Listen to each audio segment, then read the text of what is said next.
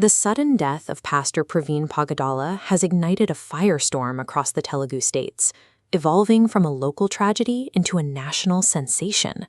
The stakes have officially reached the highest levels of the judiciary.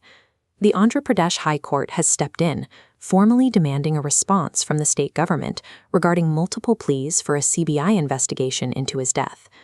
The immediate trigger for the current public frenzy is actually a standard procedural step.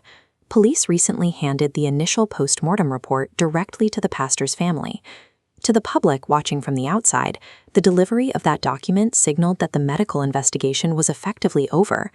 But handing a physical autopsy report to a grieving family without simultaneously issuing an official police conclusion creates a dangerous information vacuum.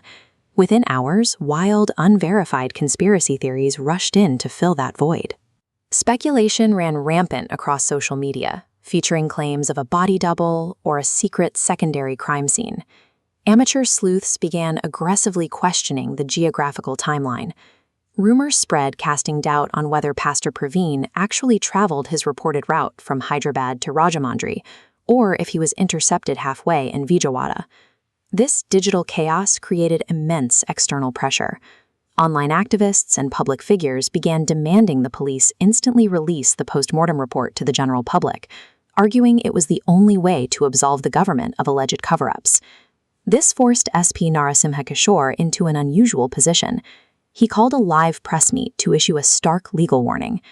Anyone caught spreading fake news or manufacturing evidence while the case is actively open will be booked under the law. Law enforcement has expanded their focus beyond the physical incident to fight an active, high-speed war against digital misinformation. So, if the autopsy is finished and the family has the results, why is the SP flatly refusing to declare the case closed? The answer lies in the strict scientific limits of a standard autopsy. A post-mortem report only establishes a physiological baseline. It tells investigators the physical state of the body and the immediate medical cause of death. It does not explain the circumstances leading up to that exact moment. Building an airtight conclusion requires three distinct pillars of evidence. The physical postmortem is only the first. Second is the deep chemical analysis of FSL reports, detecting microscopic trace elements. Third is the digital footprint, meticulously plotting CCTV footage along the exact travel route. Releasing just the physical autopsy data without the vital context of the chemical analysis and the digital footprint allows an anxious public to jump to conclusions that lack scientific backing. There is a massive logistical hurdle delaying that final statement. Police departments do not process these advanced forensic tests in-house. The samples are sent out to entirely different, independent scientific organizations. Investigators are forced to wait. They have to let these disparate agencies run their isolated tests, return their findings, and carefully coordinate that raw data into a specialized joint report. This dual-axis timeline chart illustrates a critical investigative technique called time tallying. The tracking line represents the exact geographical timestamps from the CCTV footprint, which must perfectly intersect with the rising biological progression found in the FSL data to create a single verified plot point. The police will only issue a definitive narrative when these entirely separate timelines align without a single contradiction.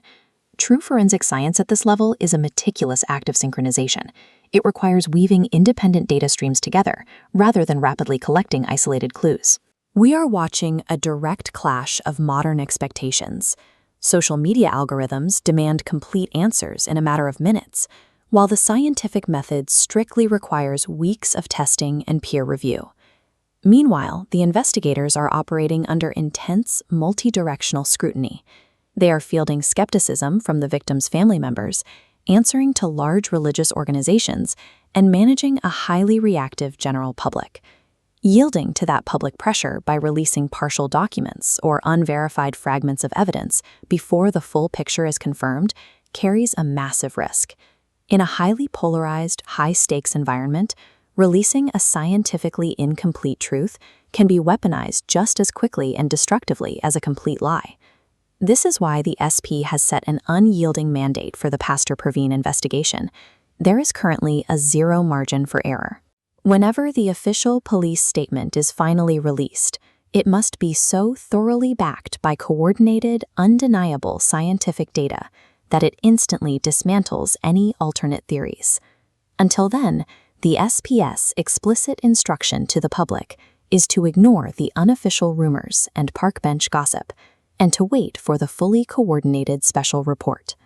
In an era driven by viral speculation, reaching true justice requires the discipline to step back, hold the line, and let methodical science outlast the speed of a digital rumor.